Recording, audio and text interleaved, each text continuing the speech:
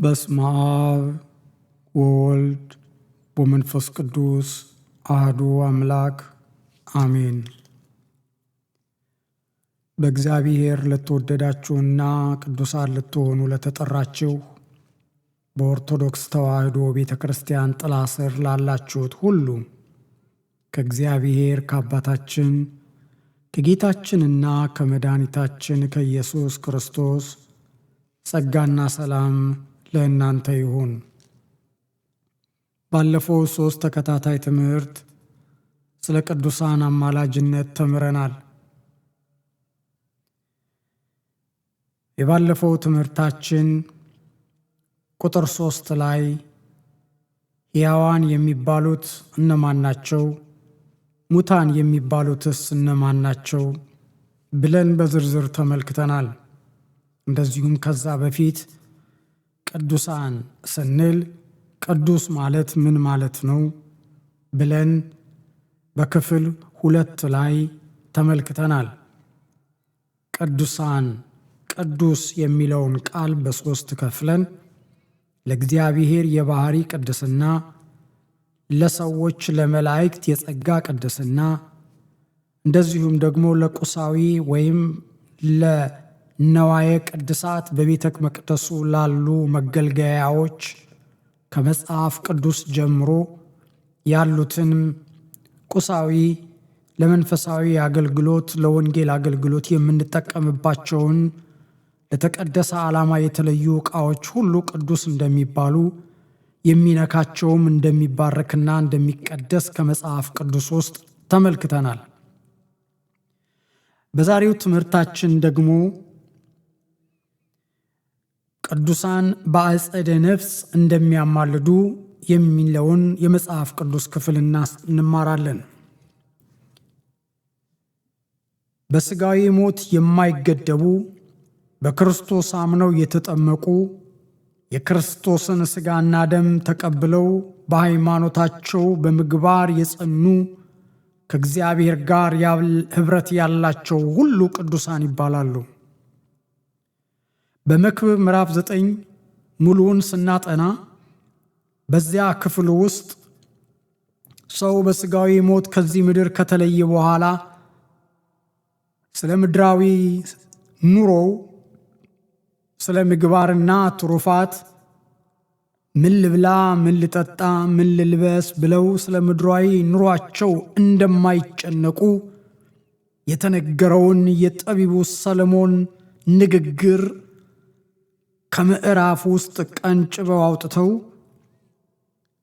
ቅዱሳን ከሞቱ በኋላ ፍቅራቸው፣ አንድነታቸው፣ መታሰቢያቸው በምድር ቀርቷል፣ ዋጋ የላቸውም፣ እነሱ አያስፈልጉንም ብለው ጥቅሱን ያለ ቦታው በመጥቀስ ቅዱሳን በአጸደ ነፍስ አያማልዱም ብለው መናፍቃን ይህንን ጥቅስ ለማሳሳቻ ይጠቀሙበታል።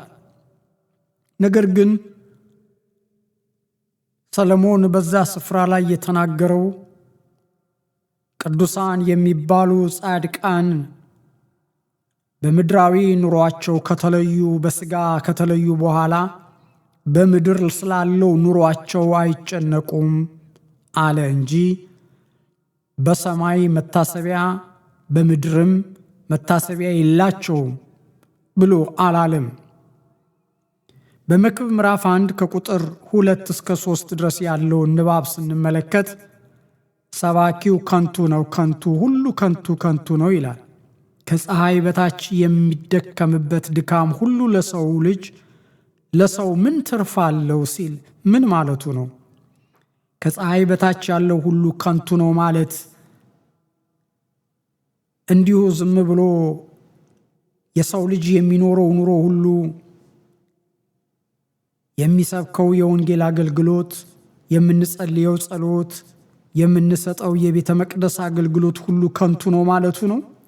አይደለም። አስተውሉ። ቃላትን ያለ ቦታው አትጠቀሙ። ስለ ምድራዊ ኑሮ አይጨነቁም ስለማለት እንጂ ስለ አማላጅነታቸው፣ ስለ ክብራቸው ወይም መታሰቢያቸው ስለ ቅዱሳን የተነገረ አይደለም። ሕያዋን ቅዱሳን በአጸደ ነፍስ ሆነው ከመጽሐፍ ቅዱስ እንደምናነበው ይጸልያሉ፣ ያማልዳሉ። በምድር ስላሉ ክርስቲያኖች፣ በማያምኑ አሕዛብ፣ በሚጠራጠሩ መናፍቃን ስለሚደርስባቸው መከራ ይጸልያሉ፣ ያማልዳሉ።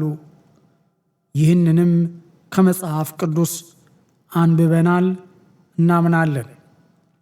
በዮሐንስ ራእይ ምዕራፍ 6 ከቁጥር 9 እስከ 10 ድረስ ያለውን ስንመለከት ስለ እግዚአብሔር ቃልና ስለጠበቁት ምስክር የታረዱትን የሰዎችን ነፍሳት ከመሠዊያው በታች አየሁ።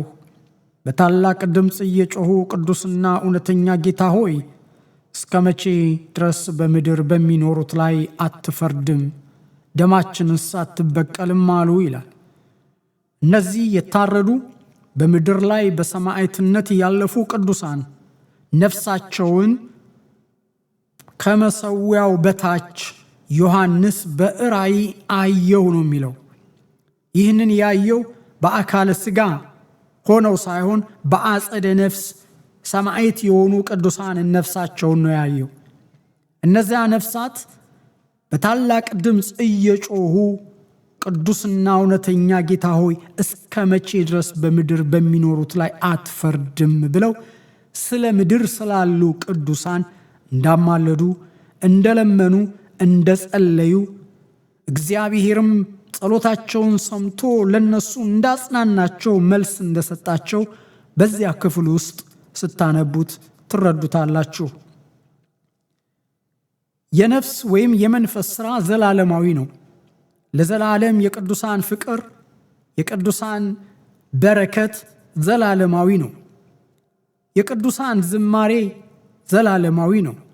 የቅዱሳን ምስጋናቸውም ዘላለማዊ ነው። በምድር የሚቀር አይደለም። ፍቅራቸው ዘላለማዊ፣ ዘማሪያቸው ዘላለማዊ፣ ምስጋናቸው ዘላለማዊ ነው። በምድር ላይ ያለው ዘመን እስኪፈጸም ድረስ ደግሞ በምድር ስላሉት ቅዱሳን ይጸልያሉ፣ ያማልዳሉ። በምድርም በሰማይም ሆኖ ሩቅ ያለ ሰው ስለ አንድ ሰው ሲያስብ ነፍሱ ሕያዊት ናትና ታስባለች፣ ታዝናለች፣ ትደሰታለች። ስለዚህም ባሉበት ሆነው በምድር ላይ እንኳን ሆነው እነሱ በሌሉበት ጉባኤ ስለዛ ጉባኤ ይጸልያሉ። ሐዋርያው ቅዱስ ጳውሎስ በአንደኛ ቆሮንቶስ ምዕራፍ 5 ቁጥር 3 ላይ እኔ ምንም እንኳ በሥጋ ከናንተ ጋር ባልሆን በመንፈስ ከናንተ ጋር ነኝ፣ ከናንተም ጋር እንዳለው ሆኜ ይህንን እንደዚህ በሠራው ላይ በጌታችን በኢየሱስ ክርስቶስ ስም አሁን ፈርጄበታለሁ። እናንተና መንፈሴ ከጌታችን ከኢየሱስ ክርስቶስ ኃይል ጋር ተሰብስበን መንፈሱ በጌታ በኢየሱስ ቀን ትድን ዘንድ እንደዚህ ያለው ለሥጋዊ ጥፋት ለሰይጣን እንዲሰጥ ፍርዴ ነው ይላል። ምንም እንኳን በሥጋ ከናንተ ጋር ባልሆን በመንፈስ ግን ከናንተ ጋር ነኝ። መንፈስ ሕያዊት ናት። በሥጋ ባይኖርም በመንፈስ ከኛ ጋር እንደሚሆን በመጽሐፍ ቅዱስ ላይ ይናገራል። በቆላስያስ ምዕራፍ 2 ቁጥር 5 በሥጋ ምንም እንኳ ብርቅ በመንፈስ ከናንተ ጋር ነኝ፣ ሥርዓታችሁንም በክርስቶስ ያለውን እምነታችሁን ጽናታችሁን እያየሁ ደስ ይለኛል ይላል። ቅዱስ ጴጥሮስ በምን አይነት መከራ በሰማዕትነት እንደሚያልፍ ስለ ሞቱ ስለ ሥጋዊ ሞቱ ሲናገር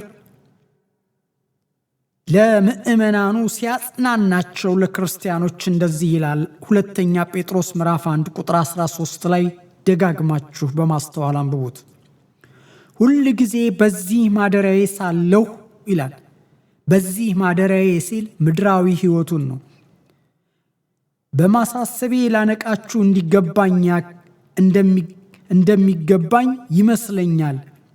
ጌታችን ኢየሱስ ክርስቶስ እንዳመለከተኝ ይልና ከዚህ ማደሪያዬ መለየቴ ፈጥኖ እንዲሆን አውቃለሁና ከዚህ ማደሪያዬ በምን አይነት ሞት እንደሚሞት ለነሱ እየነገራቸው ነው። ይህንን ከተናገረ በኋላ ከመውጣቴም በኋላ እነዚህን ነገሮች እንድታስቡ በየጊዜው ትችሉ ዘንድ በሥጋዊ ሞት እንኳን ብለያችሁ ስለ እናንተ እተጋለሁ ነው የሚለው። በደንብ ደጋግሙና ቃሉን አንብቡት። በዚህ ቅዱስ ወንጌል መሠረት ምንም አያውቁም ተብለው በመናፍስቃን የተናቁ ቅዱሳን በምድር ስላለው ነገር ሁሉ ያውቃሉ፣ ይጸልያሉ፣ ያማልዳሉ ብለን እናምናለን። እንኳን ሕያዊት የሆነችው ነፍሳቸው ይቅርና በምድር ያለው አጽማቸው ተአምራትን አድርጓል። በሁለተኛ ነገሥት ምዕራፍ 13 ከቁጥር 21 ሰዎችም አንድን ሰው ሲቀብሩ አደጋ ጣዮች አዩ፣ ሬሳውንም በኤልሳ መቃብር ጣሉት። የሞተውም ሰው የኤልሳን አጥንት በነካ ጊዜ ድኖ ሕያው ሆኖ በእግሩ ቆመ ይላል። ስለዚህ ክብር የበቃቸው እምነታቸው፣ ቅድስናቸው፣ ጽናታቸው ነው። እኛም እንደነሱ ብንጸና ክብር እናገኛለን። ሁለተኛ ጢሞቴዎስ ምዕራፍ 4 ቁጥር 7 ላይ መልካሙን ገድል ተጋድያለሁ፣ ሩጫዬን ጨርሻለሁ፣ ሃይማኖቴን ጠብቄአለሁ፣ ወደፊት የጽድቅ አክሊል ተዘጋጅቶልኛል። ይህንን የጽድቅ አክሊል ለእኔ ብቻ አይደለም፣ እንደኔ መልካሙን ገድል ለሚጋደሉ የሃይማኖት የወንጌል አገልግሎታቸውን ሩጫ ለጨረሱ ሃይማኖታቸውን ለጠበቁ ወደፊት የጽድቅ አክሊል ለእኔ እንደተሰጠኝ ለእነርሱም ደግሞ ተዘጋጅቶላቸዋል ይላል። ቅዱሳን በሥጋ ከዚህ ዓለም ሲለዩ መታሰቢያ አይደረግም፣ መታሰቢያ የላቸውም፣ ለዘላለም ተረስተዋል ብለው የሚሉት መናፍቃን ይህ ፍጹም ስህተት ነው። አሁንም ደግሜ እላለሁ፣ አስተውሉ። እነሱ ለእነሱ መንፈሳቸው ይመሰክርባቸዋል፣ እነርሱ ለእነርሱ መታሰቢያ የላቸውም አላችሁ ብላችሁ ለምን ትከራከራላችሁ? ያመኑበት መንፈሳቸው ለመንፈሳቸው ያላቸውን ለእነርሱ እነርሱ ልክ ናቸው። መንፈሳቸው ከመንፈሳቸው ይለያያል። ተዋቸው፣ አትከራከሩ። ስለ ራሳችሁ እያሰባችሁ ጸልዩ። ስለ ራሳችሁ አንቡ። ዘመኑ ያለንበት ዘመን የፍጻሜ ዘመን ነው። ስለ ራሳችሁ፣ ስለ መዳናችሁ ዕለት ዕለት በጾምና በጸሎት ትጉ። ዲያብሎስን ተቃወሙት፣ ከእናንተ ይሸሻል። ወደ እግዚአብሔር ቅረቡ፣ እርሱም ወደ እናንተ ይቀርባል። እነርሱ ያመኑትን ይመኑ። ወደፊት በዚህ ጉዳይ ላይ በሚቀጥለው ትምህርት እንማራለን። እኛ ግን የቅዱሳን በረከታቸው እናስባለን። በአጸደ ነፍስ እያሉ ቅዱሳን ያማልዱናል፣ መታሰቢያቸውን በረከታችን ነው ብለን እናምናለን። ማንም ሰው የማመንና ያለማመን መብቱ ነው። አናምንም ካሏችሁ ተዋቸው፣ ጊዜያችሁን አታባክኑ። በማይጠቅም አጀንዳ ከነሱ ጋር ስትከራከሩ መንፈሳዊ ሕይወታችሁ እንዳይጎድል ይልቅስ ዕለት ተዕለት ጸልዩ፣ ትጉ፣ ሃይማኖታችሁን ጠብቁ። በትንቢተ ኢሳይያስ ምዕራፍ 56 ቁጥር 5 ላይ እግዚአብሔር ሰንበቴን ስለሚጠብቁ ደስ የሚያሰኘኝም ነገር ስለሚመርጡ ቃል ኪዳኔንም ስለሚይዙ ጃንደረቦች እንዲህ ይላል፣ በቤቴና በቅጥሬ ውስጥ ከወንዶች ከሴቶች ልጆች ይልቅ የሚበልጥ መታሰቢያ ስም እሰጣቸዋለሁ፣ የማይጠፋም የዘላለም ስም እሰጣቸዋለሁ ሲል እግዚአብሔርን ቅዱሳንን እንዲህ አድርጎ በቤቱ አክብሯቸዋል። እኛም እናከብራቸዋለን። ስለዚህም በቤተ መቅደሱ የማይጠፋ ስም ተሰጥቷቸዋልና በስማቸው ቤተ መቅደስ እናንጻለን። ቅድስት ድንግል ማርያም ወላዲት አምላክ ቤተ ክርስቲያን በስሟ እንሰራለን። ቤተ ክርስቲያኑ የእግዚአብሔር ነው። መታሰቢያ እምነቱ ለእመቤታችን በቅዱስ ገብርኤል በመልአኩ ስም ብስራቱን ሰልስቱን ደቂቅ እንዴት እንዳዳነ ይህንን ታሪክ እያሰብን መታሰቢያ በስሙ ቤተ መቅደስ እንሰራለን። ቤተ መቅደሱ ግን አንድ የእግዚአብሔር ነው። የማርያም፣ የገብርኤል፣ የተክለ ሃይማኖት፣ የቅዱስ ጳውሎስ እያልን የምንዘረዝራቸው መታሰቢያ ስም ለነሱ ተሰጠ እንጂ ቤተ ክርስቲያን አንዲት በክርስቶስ ደም የተመሰረተች ተዋሕዶ ቅድስት ቤተ ክርስቲያን አንድ ቤተ ክርስቲያን ናት። ይህንን ልብ በሉ፣ አስተውሉ። በመዝሙር 112 ቁጥር 6 ላይ ለዘላለም አይታወክም፣ የጻድቅ መታሰቢያ ለዘላለም ይኖራል ተብሎ ተጽፏል በመጽሐፍ ቅዱስ ላይ። መታሰቢያቸው ለዘላለም የሚጠፋ የማያምኑ አሕዛብ፣ ንስሐ የማይገቡ ኃጥአን፣ እምነታቸውን የሚጠራጠሩ መናፍቃን እንጂ በሃይማኖታቸው ጸንተው በእምነታቸው ያለ ጥርጥር በፍጹም እምነት ለቆሙና በቅድስና ሕይወት ለኖሩ በአገልግሎት የተጉ አባቶቻችን መታሰቢያቸው ለዘላለም በልባችን ይኖራል። ከእግዚአብሔር ጋር ኅብረት ያላቸው ቅዱሳን በቤቴና በቅጥሬ መታሰቢያ ስም እሰጣቸዋለሁ ሲል ቃል ኪዳን ገብቶላቸዋልና፣ ስለዚህ እነሱን በማሰብ ለእኛ በረከት መቀበል ከእግዚአብሔር የተሰጠን ቃል ኪዳን ነው። ምሳሌ ምዕራፍ 10 ቁጥር 7 የጻድቅ መታሰቢያው ለበረከት ነው፣ የኃጥአን ስም ግን ትጠፋለች። የጻድቅ መታሰቢያ ለበረከት ነው ካለ በረከቱን እንዴት እንቀበል? በረከቱን እንዴት እንካፈል? በማቴዎስ ወንጌል ምዕራፍ 10 ቁጥር 30 እስከ 45 መጨረሻው ድረስ ተመልከቱት። እናንተን የሚቀበል እኔን ይቀበላል፣ እኔንም የሚቀበል የላከኝን ይቀበላል። ነቢይን በነቢይ ስም የሚቀበል የነቢይን ዋጋ ይወስዳል። ጻድቅንም በጻድቅ ስም የሚቀበል የጻድቁን ዋጋ ይወስዳል። ማንም ከነዚህ ከታናናሾቹ ለአንዱ ቀዝቃዛ ጽዋ ውሃ ብቻ በደቀ መዝሙሩ ስም የሚያጠጣ እውነት እውነት እላችኋለሁ ዋጋው አይጠፋም።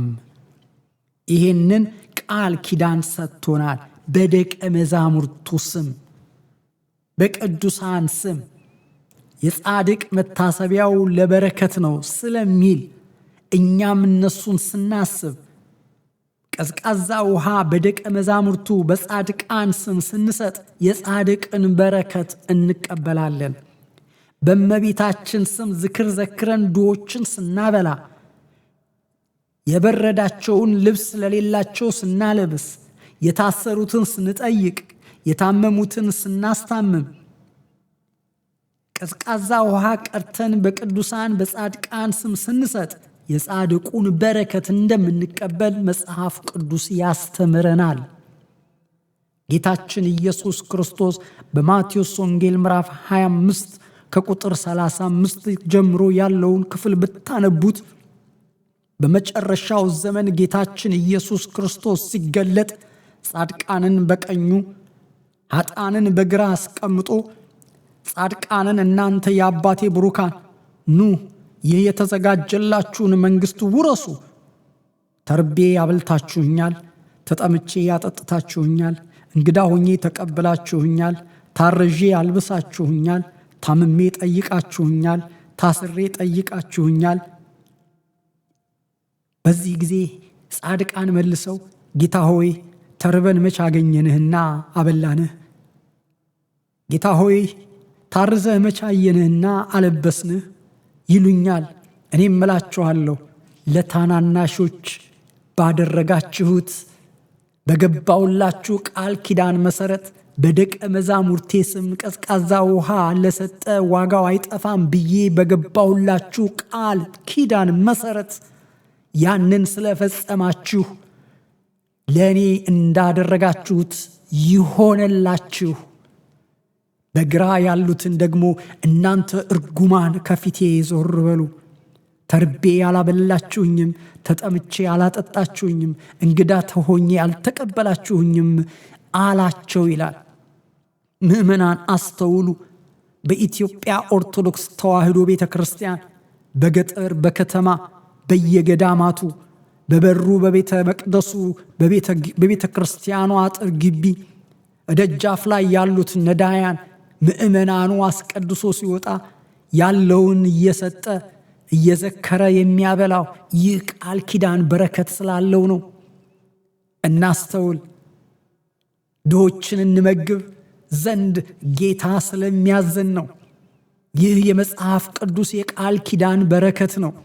በዛ ስፍራ ላይ ተሰብስበው የሚለምኑትን ነዳያን ብትመለከቱ ምናልባት ሃይማኖታቸው ኦርቶዶክስ ያልሆነ እንኳን ቢሆን በዛ ስፍራ ላይ ተቀምጦ እስከለመነ ድረስ ሃይማኖቱ ሳይጠየቅ ለዛ ሰው መስጠታችን ለኛ ጽድቅ በረከት ነው።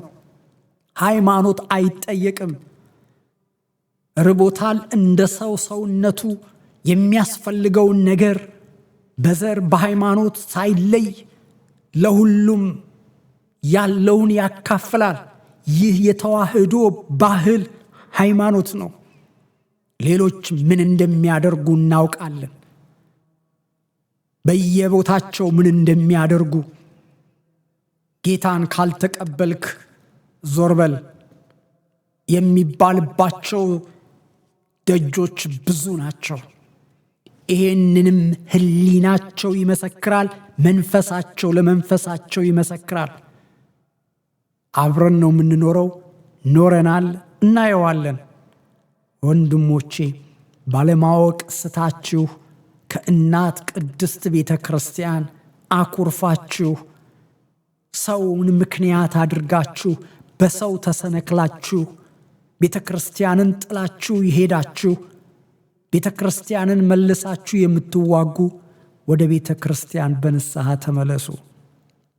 ይህ የአባቶቻችሁ አምላክ እግዚአብሔር እርሱ ይወዳችኋል።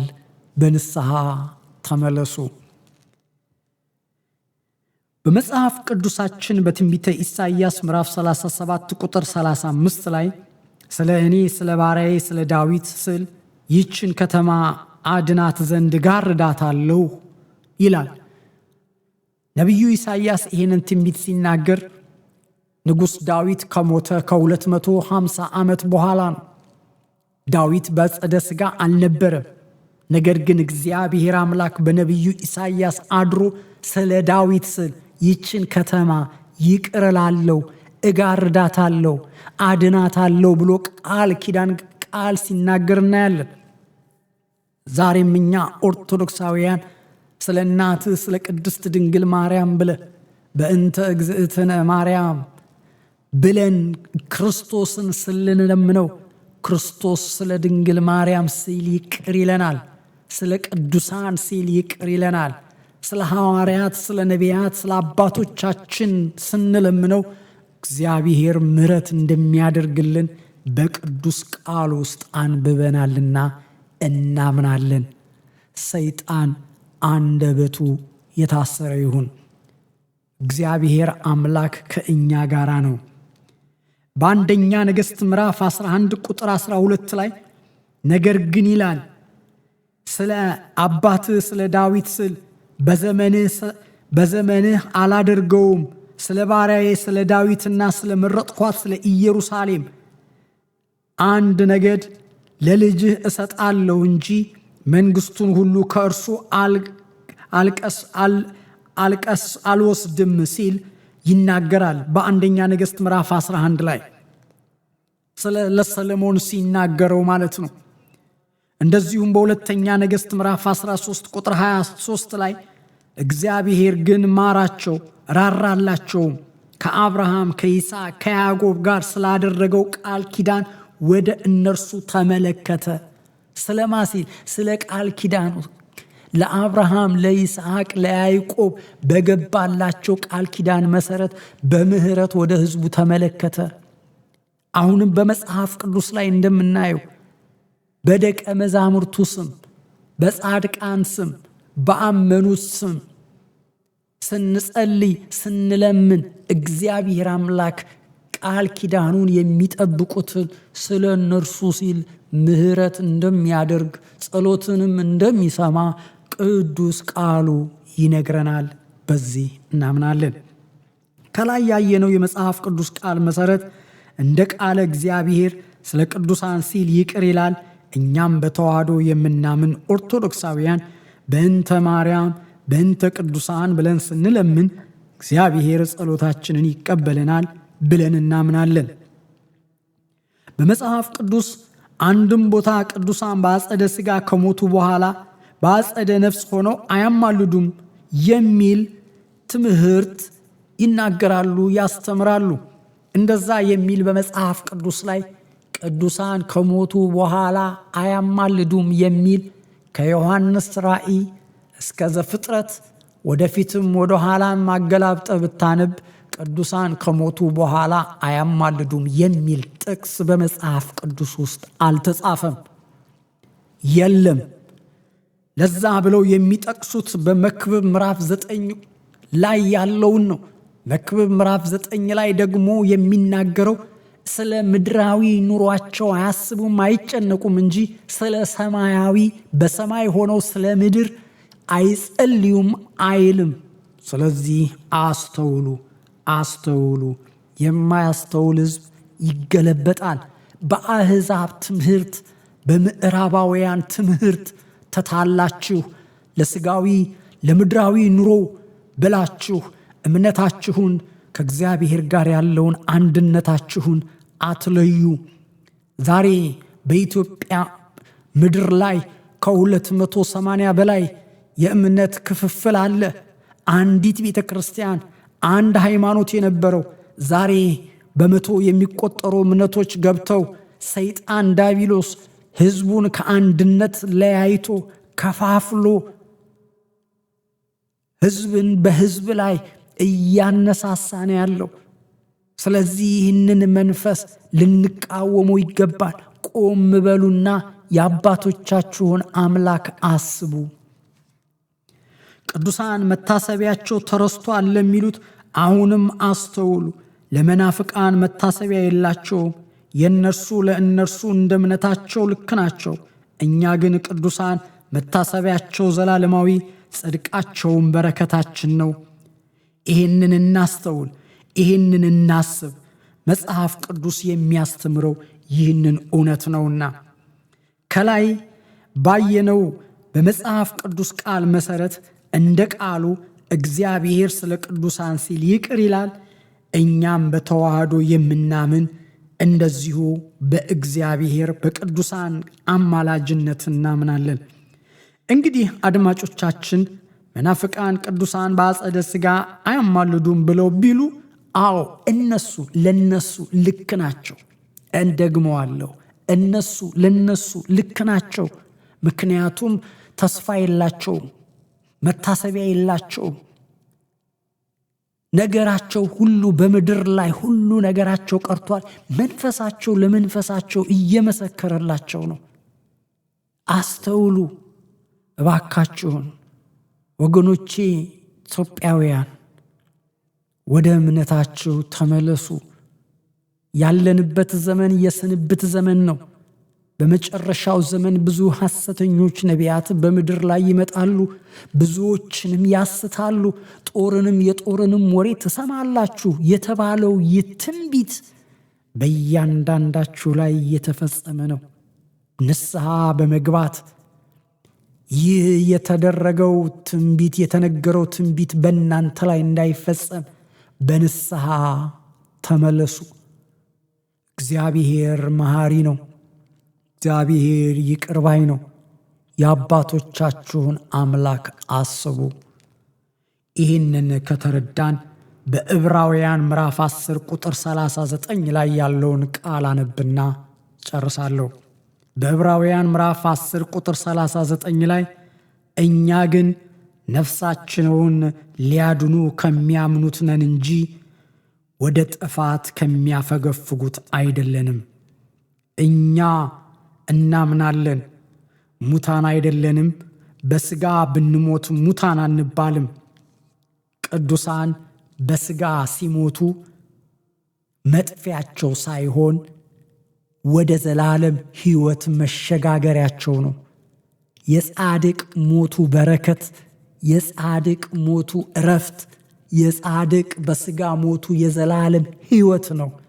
ስለዚህ ቅዱሳን በሥጋ ሞቱ ማለት ወደ ዘላለም ሕይወት ተሸጋገሩ ነው። ስለዚህ የጻድቃን የቅዱሳን ሞት መሸጋገሪያ እንጂ መጥፊያቸው አይደለም። እግዚአብሔር በእምነት ጸንተን እንደ አባቶቻችን በሃይማኖት በገድላችን ጸንተን እንደ ቅዱስ ጳውሎስ ሃይማኖታችንን ጠብቀን ወደ ጽድቅ የዘላለም ሕይወት እንድንሸጋገር እግዚአብሔር ሁላችንንም ይጠብቀን። የሰማነውን በልቦናችን ያሳድርልን። ወገባችሁ የታጠቀ መብራታችሁ ለዓለም ሁሉ እየበራ ይሁን። በሚቀጥለው ትምህርት የጌታችን የኢየሱስ ክርስቶስ በተመለከተ እንማራለን። ኢየሱስ ክርስቶስ አማላጃችን ነውን የሚለውን ትምህርት እናያለን። በሚቀጥለው ትምህርት ጠብቁ። በሚቀጥለው ትምህርት ኢየሱስ ክርስቶስ አማላጃችን ነውን የሚለውን ስንማር እንዴት አድርገው ምዕራባውያን ቅዱሳት መጽሐፍትን ጠምዝዘው ሕዝብን እንደከፋፈሉ በዚህ ጥቅስ በዚህ መጽሐፍ ቅዱስ ቃል እንዴት እንደተጠቀሙ ምስጢሩን ገልጬ ነግራችኋለሁ። ምክንያቱም እምታውቁኝ ታውቁኛላችሁ። ከአሁን ቀደም በመናፍቃን ውስጥ ለ8 ዓመት ተአምራት በማድረግ ብዙ ኦርቶዶክሳውያንን ሳስት እንደነበረ ከአሁን ቀደም ምስክርነት ትምህርቱን ሰምታችኋል። በብዙ ሺህ የሚቆጠሩ ወጣቶች በስህተት ከተዋህዶ ወጥተው በንስሐ ተመልሰዋል። በመላው ኢትዮጵያ በከተማ በገጠር ታስታውሳላችሁ። ከ20 ዓመት በፊት። ከዛ በኋላ ግን አዲሱ ትውልድ ይሄንን መሴጅ አልሰማም። ስለዚህ ወደፊት ምስክርነቱንም ሙሉውን ደግምላችኋለሁኝ። እንደዚሁም ደግሞ እንዴት አድርገው መጽሐፍትን እያጣመሙ እንደሚሰብኩ ያንንም በግልጽ እንደገና በአዲስ መልክ ትምህርቱን በተለይ ደግሞ አሁን በዚህ ዘመን ካለው መንፈስ ጋር እንዴት አድርገው ቀያይረውት እንደመጡ የሚገልጠውን ሙሉ ምስክርነትንም ወደፊት እሰጣችኋለሁ። ከዛ በፊት ግን ኢየሱስ ክርስቶስ አማላጃችን ነው ብለው የሚጠቅሱት መናፍቃን የኦርቶዶክስ ምዕመናንን ለማሳት የተጠቀሱ 7 የተመረጡ ጥቅሶች አሏቸው። እነዛ 7ቱ የተመረጡት የመናፍቃን ኢየሱስ ክርስቶስ አማላጅ ነው ብለው የሚጠቅሱት ጥቅስ በዛ ጉዳይ ላይ ካሁን በፊት ትምህርት ሰጥቻለሁ። በእርግጥ በዛን ጊዜ ዩቲዩብ እንዳሆኑ ስላልነበረ ዩቲዩብ ላይ ስላልተቀመጠ አሁን በአዲስ መልክ በዩቲዩብ እለቅላችኋለሁ። ሁላችሁም ተከታተሉ። በኮሜንት ላይ ጥያቄ አስተያየት ካላችሁ ጥያቄያችሁንና አስተያየታችሁን አኑሩ። እንደዚሁም ለሰዎች ሁሉ ሼር አድርጉ። ለዛሬው እዚህ ላይ ይቆየን።